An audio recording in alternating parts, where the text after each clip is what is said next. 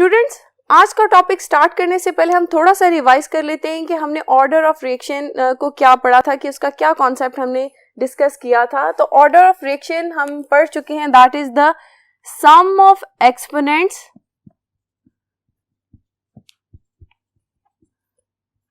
in the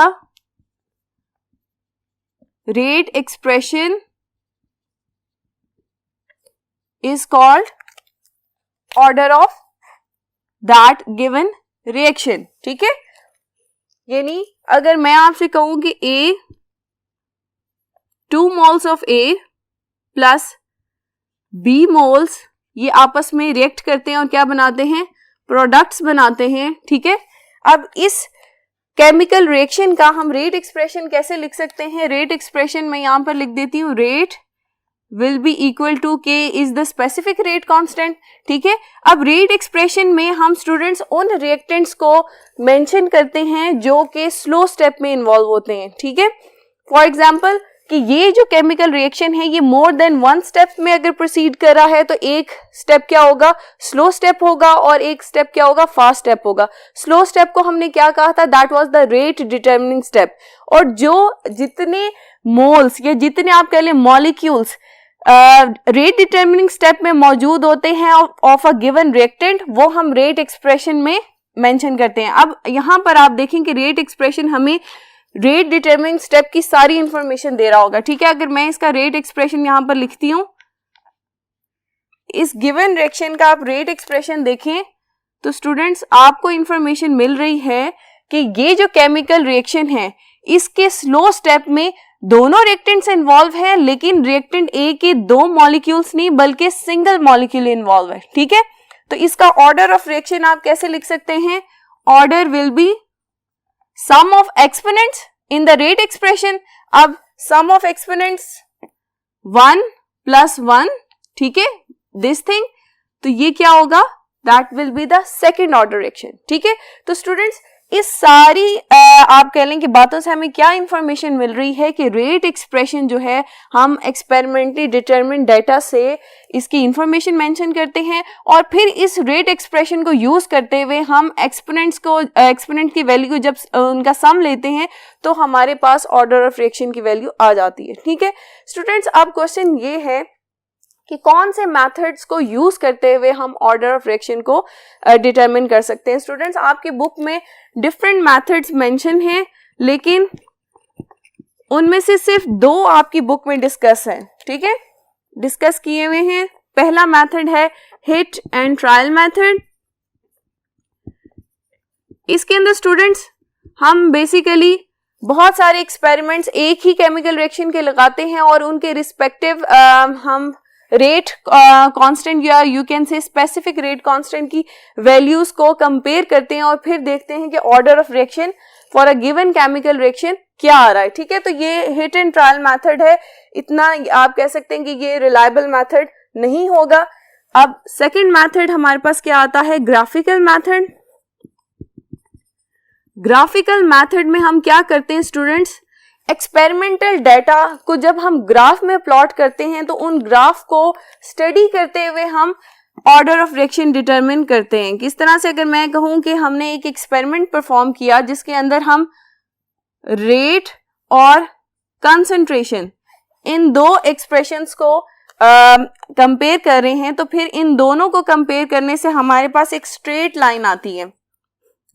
for a given chemical reaction आपने एक experiment perform किया और आपने देखा कि उसके अंदर रेट और कंसंट्रेशन की वैल्यूज को जब आपने ग्राफ में प्लॉट किया तो हमारे पास एक स्ट्रेट लाइन आई। ठीक है, अब ये स्ट्रेट लाइन हमें क्या इंफॉर्मेशन दे रही है कि रेट की वैल्यू जो है वो कंसंट्रेशन पे डिपेंड नहीं कर रही, या यू कैन से concentration is not affecting the rate of reaction. ठीक है, तो rate of reaction is independent of the concentration of reactants. तो इस तरह का रिलेशन हमने types of order of reaction में कौन सा पढ़ा था, that was the zero order reaction. ठीक है, तो ये जो स्ट्रेट लाइन है ये क्या इंडिकेट करी है, ये क्या होगा, जीरो ऑर्डर रिएक्शन होगा। इसी तरह से स्टूडेंट्स हमने एक और एक्सपेरिमेंट परफॉर्म किया और अब हमारे पास एक ओरिजिन से ऐसे लाइन आई जो कि स्ट्रेट आगे एक्सटेंड हो रही है। ठीक है, तो इट्स मीन कि यहाँ पर ये स्ट्रेट लाइन स्टूडेंट्स हमें क्या इंडिकेट करी है कि रेट और कंसंट्रेशन का डायरेक्ट रिलेशन है। तो ये हमारे पास फिर कौन सी टाइप बनेगी, that is the first order reaction.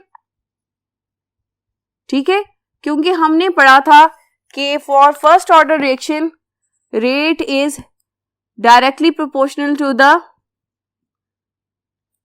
Reactant concentration raised to power 1। ठीक है, तो स्टूडेंट इस तरह से आप ग्राफ की मदद से ऑर्डर ऑफ रिएक्शन भी डिटरमिन कर सकते हैं। ठीक है, थर्ड हमारे पास आता है डिफरेंशियल मेथड।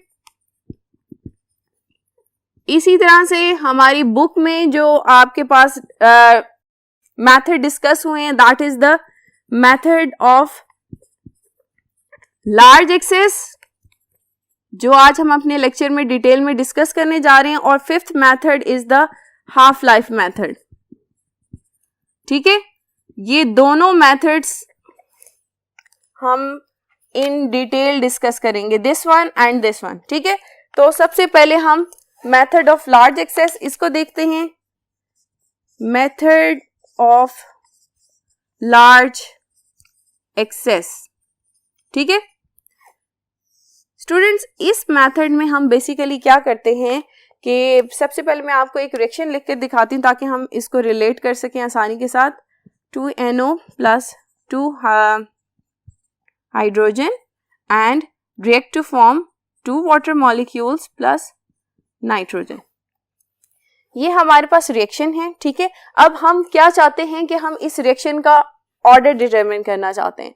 तो मेथड ऑफ लार्ज एक्सेस के अकॉर्डिंग हमें क्या करना होगा कि हम एक किसी सिंगल रिएक्टेंट को क्या ले लेंगे, एक्सेस में ले लेंगे। मेथड ऑफ लार्ज एक्सेस है ना, हम एक सिंगल रिएक्टेंट को एक्सेस में ले लेंगे और दूसरे रिएक्टेंट को वेरी स्मॉल क्वांटिटी में लेकर फिर रेट ऑफ रिएक्शन जो है वो डिटरमिन करेंगे। ठीक है, इसी तरह से स्टूडेंट्स हम वेरियस एक्सपेरिमेंट्स परफॉर्म करेंगे। से हम 6 एक्सपेरिमेंट्स परफॉर्म करते हैं, 6 एक्सपेरिमेंट्स। इन 6 एक्सपेरिमेंट्स का डाटा स्टूडेंट्स इस टेबल के अंदर है। अब देखें यहाँ पर हमने इन 6 एक्सपेरिमेंट्स में क्या किया है कि फर्स्ट 3 एक्सपेरिमेंट्स में हमने नाइट्रोजन ऑक्साइड जो है उसकी कंसंट्रेशन एक्सेस में ले ली है। ठीक है, और हाइड्रोजन की कंसंट्रेशन जो है वो बहुत उसकी क्वांटिटी कम है। देखें 0.006 और उसके कंपैरिजन में 0.001। ठीक है, इसका मतलब है नाइट्रोजन ऑक्साइड जो है वो एक्सेस में है और हाइड्रोजन जो है उसकी क्वांटिटी हमने स्मॉल ली है। ठीक है, अब स्टूडेंट्स इससे हमें फायदा क्या होता है कि जो रिएक्टेंट एक्सेस में होता है उसकी कंसंट्रेशन रेट ऑफ रिएक्शन को कंट्रोल नहीं करेगी। रेट ऑफ रिएक्शन को कंट्रोल किसकी क्वांटिटी या किसकी कंसंट्रेशन करेगी, जो कि रिएक्टेंट स्मॉल कंसंट्रेशन उसकी प्रेजेंट है या जिसकी हमने स्मॉल क्वांटिटी ली है। ठीक है, तो फर्स्ट 3 एक्सपेरिमेंट्स में हम हाइड्रोजन के रिस्पेक्ट से रेट ऑफ रिएक्शन को डिटरमिन करेंगे। नेक्स्ट 3 एक्सपेरिमेंट जो हैं उसके अंदर हमने हाइड्रोजन की कंसंट्रेशन एक्सेस में ले ली। देखें 0.009। ठीक है, ये एक्सेस क्वांटिटी है as comparison to nitrogen oxide that is 0.001।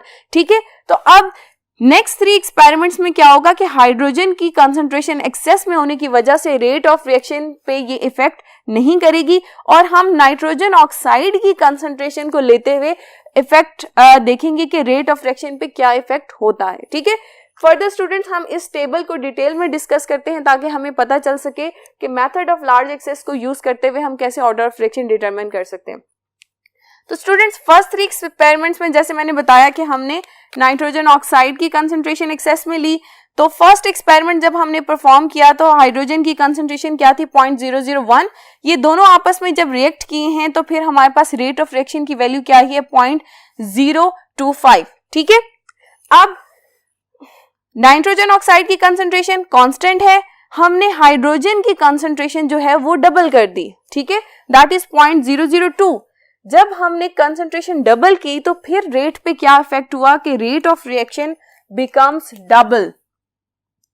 Rate of reaction की वैल्यू क्या हो गई, डबल हो गई। ठीक है, ये 0.025 का आप डबल करें तो दैट विल बिकम 0.05। ठीक है, अब थर्ड एक्सपेरिमेंट में देखा कि हमने हाइड्रोजन की कंसंट्रेशन 3 टाइम्स कर दी तो रेट ऑफ रिएक्शन की वैल्यू भी उसी तरह से ही 3 टाइम्स इंक्रीज हो गई। ठीक है, तो आप इन 3 एक्सपेरिमेंट से क्या डिटरमिन कर सकते हैं कि rate expression for hydrogen reactant क्या होगा कि जैसे जैसे आप रिएक्टेंट की कंसंट्रेशन बढ़ाते थे रेट ऑफ रिएक्शन भी उसी तरह से बढ़ता था। तो हम कह सकते हैं कि रेट जो है वो हाइड्रोजन की कंसंट्रेशन पे किस तरह से डिपेंड कर रहा है, रेज़ टू पावर 1। ठीक है, अब नेक्स्ट 3 एक्सपेरिमेंट्स की तरफ आते हैं। यहाँ पर नाइट्रोजन ऑक्साइड की हमने कंसंट्रेशन कितनी ली, 0.001। हाइड्रोजन की कंसंट्रेशन तीनों एक्सपेरिमेंट में कांस्टेंट रहेगी। रेट ऑफ रिएक्शन की वैल्यू आपके पास आई है, दैट इज 0.0063। ठीक है, नेक्स्ट एक्सपेरिमेंट परफॉर्म किया जिसके अंदर हमने नाइट्रोजन ऑक्साइड की वैल्यू अब क्या कर दी है, डबल कर दी है। तो क्या अब रेट ऑफ रिएक्शन की वैल्यू भी डबल होगी? तो स्टूडेंट्स ऐसा नहीं हुआ, रेट ऑफ रिएक्शन की वैल्यू डबल नहीं हुई बल्कि वो क्या हो गई है, 4 टाइम्स बढ़ गई है। दोबारा से देखें कि हमने जो इनिशियल कंसंट्रेशन 0.001 लेकर रेट ऑफ रिएक्शन को कैलकुलेट किया था जिसकी वैल्यू 0.0063 आई थी, जब हमने अपने reactant that was nitrogen oxide उसकी कंसंट्रेशन डबल की तो रेट ऑफ रिएक्शन जो है वो 4 गुना बढ़ गया। ठीक है, अब थर्ड एक्सपेरिमेंट में देखें, जब हमने नाइट्रोजन ऑक्साइड की वैल्यू 3 टाइम्स की, उसकी कंसंट्रेशन 3 टाइम्स ली, तो फिर क्या आ रहा है, रेट ऑफ रिएक्शन जो है वो 9 टाइम्स बढ़ गया। तो रेट ऑफ रिएक्शन किस तरह से बढ़ रहा है, कंसंट्रेशन के स्क्वायर के अकॉर्डिंग बढ़ रहा है ना, तो हम रेट एक्सप्रेशन इसका किस तरह से लिखेंगे, rate expression will be KNO twice. ठीक है, स्क्वायर। ठीक है स्टूडेंट्स, तो ये दोनों ये 6 एक्सपेरिमेंट से हमारे पास ये 2 इंफॉर्मेशन आई हैं। रेट एक्सप्रेशन का जो डाटा है वो हमारे पास आ गया। तो स्टूडेंट्स अब हम आसानी से इससे ऑर्डर ऑफ रिएक्शन डिटरमिन कर सकते हैं ना। ठीक है, अब देखें, मैं अगर इसका ओवरऑल रेट एक्सप्रेशन लिखूं तो ये क्या होगा, rate will be equal to K hydrogen 1 nitrogen oxide 2। ठीक है, इस तरह से होगा। अब ऑर्डर ऑफ रिएक्शन क्या होना चाहिए, order of reaction is the sum of exponents. Exponents क्या है, 2 और 1, तो 2 + 1 that will be the third order reaction.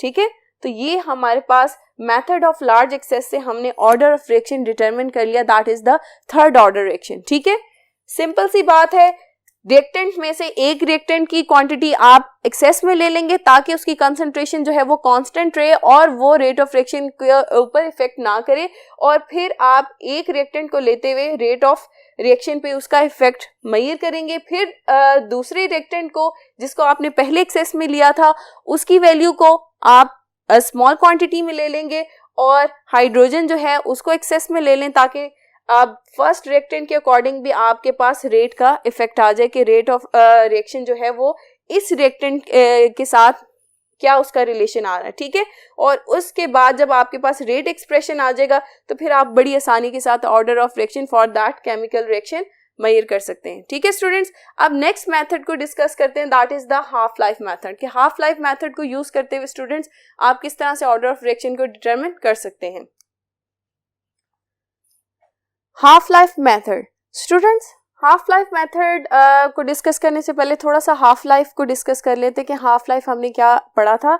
Students इसके कॉन्सेप्ट के लिए मैं आपको सिंपल बताती हूँ कि अगर रिएक्टेंट्स हैं, ठीक है, वो किस में कन्वर्ट होंगे, प्रोडक्ट्स में। अब रिएक्टेंट की आपने इनिशियल कंसंट्रेशन कितनी ली, 100 ग्राम्स ली। ठीक है, अब कुछ वक्त गुजरने के बाद क्या हुआ कि ये जो रिएक्टेंट्स हैं, अभी फॉर एग्जांपल अभी रिएक्शन स्टार्ट नहीं हुआ तो 100 ग्राम्स जो हैं वो प्रोडक्ट्स में कन्वर्ट नहीं हुए।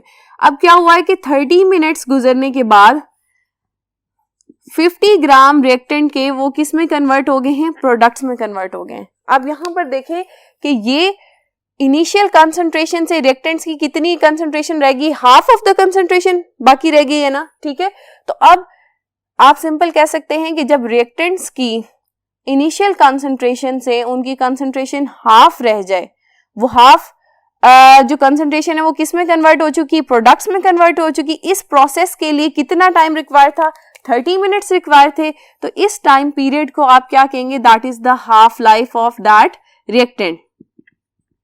ठीक है, यानी सिंपल, आपने जो भी इनिशियल कंसंट्रेशन रिएक्टेंट की ली, उसकी हाफ वैल्यू जब प्रोडक्ट्स में कन्वर्ट हो जाती है, इस प्रोसेस के लिए जितना टाइम रिक्वायर्ड है, फॉर एग्जाम्पल किसी रिएक्टेंट को 30 मिनट्स रिक्वायर होंगे, किसी को 1 आवर रिक्वायर होगा, किसी को पूरा एक दिन रिक्वायर्ड होगा, तो ये डिफरेंट होगा हाफ लाइफ का टाइम। ठीक है, हर रिएक्टेंट का या हर केमिकल रिएक्शन में रिएक्टेंट्स की हाफ लाइफ डिफरेंट हो सकती है। ठीक है, तो ये सिंपल कॉन्सेप्ट था कि हमने हाफ लाइफ क्या पढ़ा था। ठीक है, अब हाफ लाइफ मेथड को हम किस तरह से यूज कर सकते हैं for determining order of reaction, इसको देखते हैं।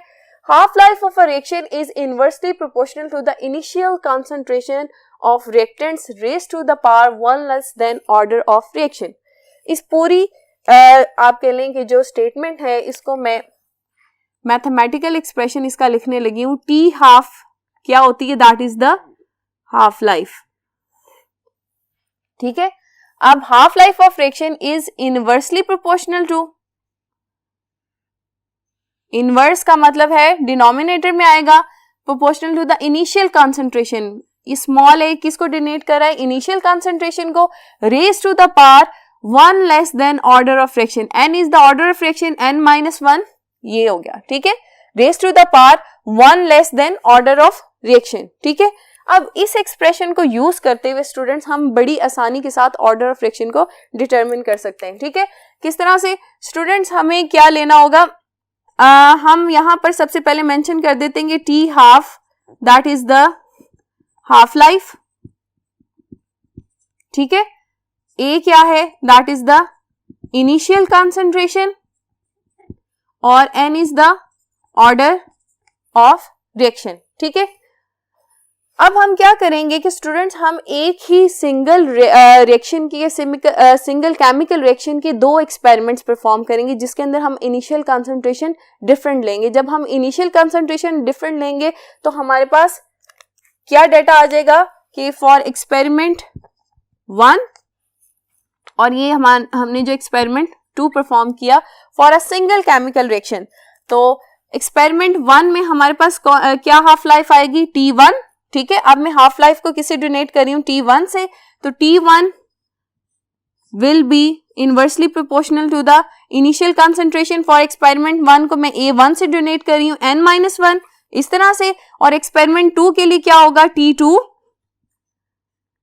और A2, इसकी इनिशियल कंसंट्रेशन A2 होगी, n-1। ठीक है, ये वही एक्सप्रेशन है एक्सपेरिमेंट 1 और एक्सपेरिमेंट 2 के लिए, मैंने इस एक्सप्रेशन को इस तरह से लिख दिया है। स्टूडेंट्स, अब हम क्या करेंगे, कंपेयरिंग बोथ रिलेशंस, तो हमारे पास क्या आ जाएगा, T1 ओवर T2, ये किसके इक्वल होगा, A2 ओवर A1, और n-1 को मैं कॉमन ले लूंगी। ठीक है, इस तरह से एक्सप्रेशन आ गया। अब हम इस एक्सप्रेशन का क्या लेंगे, लॉग लेंगे। ठीक है, taking log on both sides. जब हमने लॉग लिया तो फिर हमारे पास क्या एक्सप्रेशन आएगा, log T1 over T2 is equal to log A2 over A1।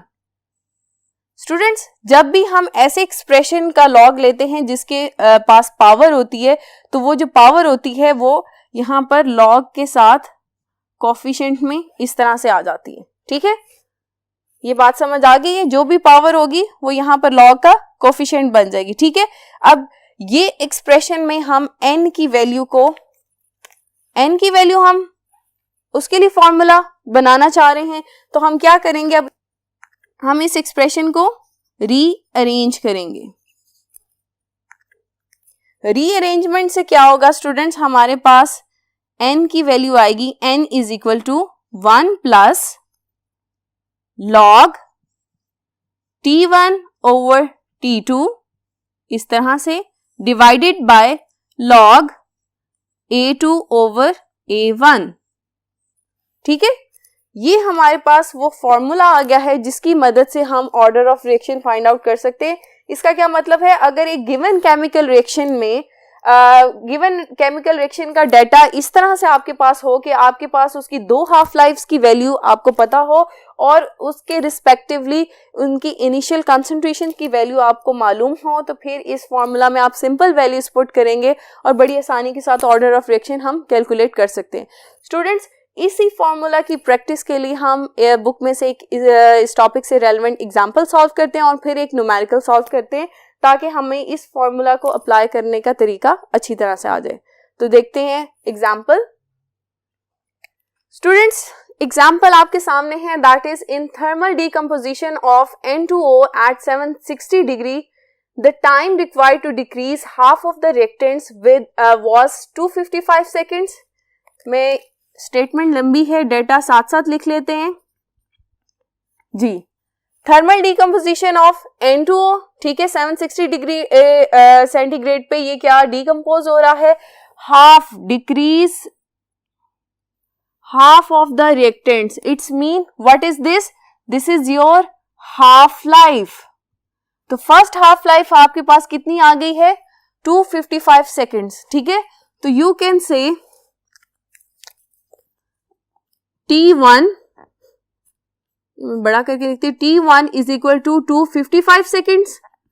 इस तरह से at the initial pressure of 290 millimetre of mercury. अब यहाँ पर स्टूडेंट्स इनिशियल प्रेशर को हम किससे कंपेयर करेंगे, या आप कह लेंगे जो हमारा फॉर्मूला था उसके अंदर ए किसको डिनोट कर रहा था, कंसंट्रेशन को। अब क्योंकि ये गैस है तो गैस में हम कंसंट्रेशन की जगह हम क्या यूज करेंगे, प्रेशर यूज करेंगे। तो ए क्या हो जाएगा, that will be the initial pressure, ठीक है। यहां पर मैं लिख देती हूं ए इज द इनिशियल प्रेशर, ठीक है। A1 की वैल्यू क्या होगी, 290 मिलीमीटर ऑफ मर्करी, ठीक है। इसी तरह से and 212 second at the initial pressure of 360। अब ये आपके पास क्या आ रही है, second half life. T2 is the second half life 212 seconds. और इसी तरह से A2 सेकेंड इनिशियल प्रेशर आपके पास क्या है, that is the 360 millimetre of mercury, ठीक है। 2 एक्सपेरिमेंट्स परफॉर्म किए हैं गिवन रिएक्शन के। N2O की डीकम्पोजिशन थी जिसमें फर्स्ट हाफ लाइफ की वैल्यू ये है और इसका initial pressure with respect to this half life ये था। और सेकंड एक्सपेरिमेंट परफॉर्म किया जिसके अंदर 360 मिलीमीटर ऑफ मर्करी ये इनिशियल प्रेशर था और उसके respectively T2 half life 212 seconds थी, ठीक है। अब स्टूडेंट्स वो आपसे क्या पूछ रहे हैं, find the order of reaction. To find, हमने क्या फाइंड आउट करना है, order of reaction. Order of reaction, it's mean you have to find the value of n। अब इसके लिए हम फॉर्मूला यूज करेंगे जो अभी हमने हाफ लाइफ मेथड से डिराइव किया था, that was n is equal to 1 plus log T1 over T2 divided by log A2 over A1। इसके साथ ब्रैकेट्स लगा दे ऐसे, ठीक है। ये फॉर्मूला है, सिंपल वैल्यूज पुट करते हैं। 1 plus log, what is the value of T1, 255 seconds over T2 की वैल्यू क्या है, 212 सेकेंड्स ओवर लॉग, ये ब्रैकेट होगी, ठीक है। लॉग A2 की वैल्यू है 360 एंड A1 की वैल्यू है 290।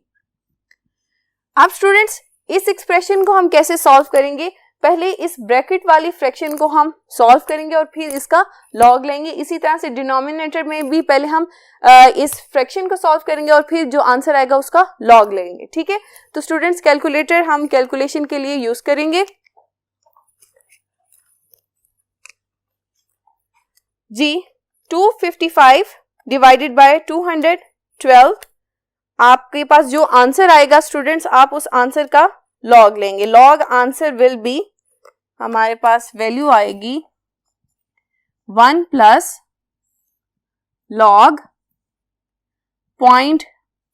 मैं लॉग ले चुकी हूं, लॉग लेने के बाद वैल्यू आ रही है तो फिर 0.080, ठीक है। मैंने क्या किया, पहले इस फ्रैक्शन को सॉल्व किया, जो इसका आंसर आया था उसका मैंने लॉग ले लिया, तो फाइनल मेरे पास वैल्यू ये आ गई 0.080, ठीक है। अब नीचे वाले एक्सप्रेशन को सॉल्व करने लगी 360 डिवाइडेड बाय 290, आंसर जो है उसका हम लॉग लेंगे, log answer is equal to 0.0939, ठीक है। ये हमारे पास वैल्यूज आ गई। अब इनको हम सिंपल डिवाइड करेंगे, आंसर आया है दैट इज 1 + 0.85, ठीक है।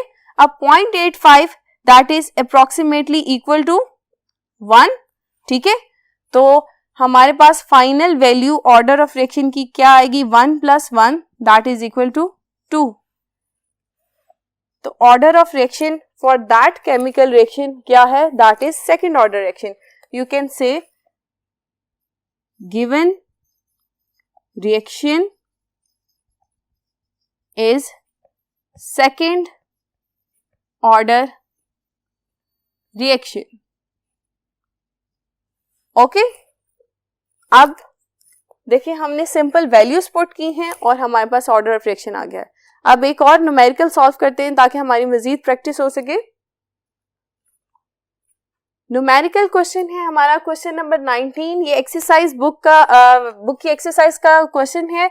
अब इसको हम किस तरह से सॉल्व करेंगे, इसकी स्टेटमेंट पढ़ते हैं। In the reaction of nitrogen oxide and hydrogen it was observe that equimolar mixture of gases at 340.5 millimeter of mercury pressure was half change in 102 seconds, ठीक है। अब वो आपको फर्स्ट एक्सपेरिमेंट की क्या इंफॉर्मेशन आपको दे रहे हैं।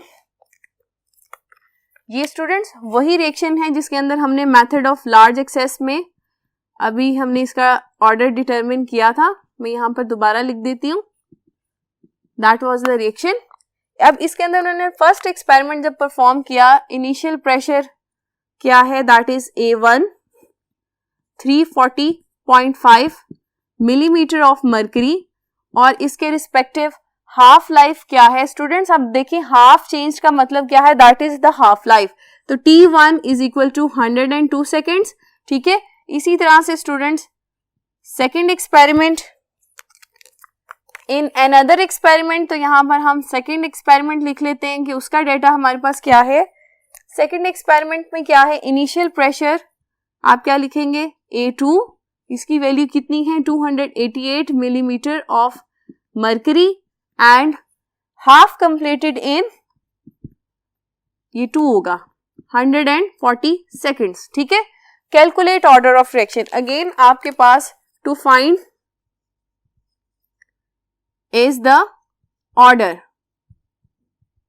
ये आपने फाइंड आउट करना है। तो स्टूडेंट्स फॉर्मूला वही अप्लाई होगा, फॉर्मूला लिखेंगे, फॉर्मूला इज, अब तक आपको याद हो जाना चाहिए, that is N is equal to 1 plus log T1 over T2 over log A2 over A1, ठीक है।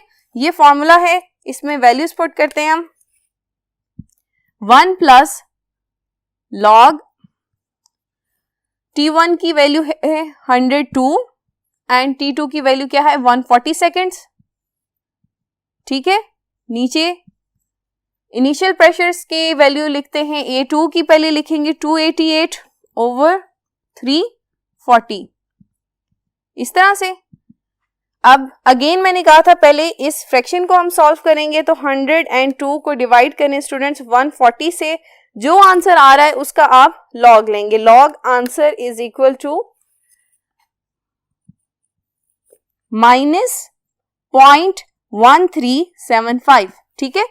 ये आंसर आया है जो हमने फर्स्ट एक्सप्रेशन सॉल्व किया। नीचे वाले में पहले फ्रैक्शन सॉल्व करेंगे हम, 288 डिवाइडेड बाय 340, जो आंसर आएगा उसका लॉग लेंगे, log answer is equal to -0.0720, ठीक है।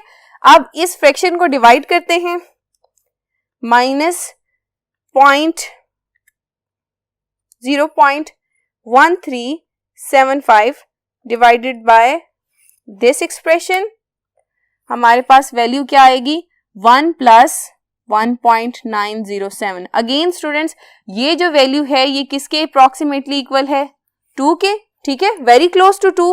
तो n की वैल्यू हम कैसे लिखेंगे? n will be equal to 1 plus 2, कितना हो जाएगा? Third order reaction. That is your answer. Order of reaction n is equal to 3, ठीक है, थर्ड ऑर्डर रिएक्शन। अब स्टूडेंट्स एक आपको मजे की बात बताऊं कि हमने मेथड ऑफ लार्ज एक्सेस में अभी इसी रिएक्शन का ऑर्डर ऑफ रिएक्शन डिटरमिन किया था, तो वहां पे भी हमारे पास इसका ऑर्डर क्या आया था? Third order reaction. इसका क्या मतलब है कि स्टूडेंट्स आप इन मेथड में से कोई भी मेथड गिवन रिएक्शन के लिए यूज करेंगे तो आपके पास order of reaction for that given reaction क्या आएगा? सेम आएगा, वो चेंज नहीं होगा, ठीक है। तो स्टूडेंट्स आज के लेक्चर में हमने बेसिकली मेथड्स डिस्कस किए हैं, how to find order of reaction, और साथ ही हमने न्यूमेरिकल प्रैक्टिस की है और एक एग्जांपल को भी डिस्कस किया। यहाँ पर अपना लेक्चर खत्म करते हैं। अपना बहुत सा ख्याल रखिए। अल्लाह हाफिज।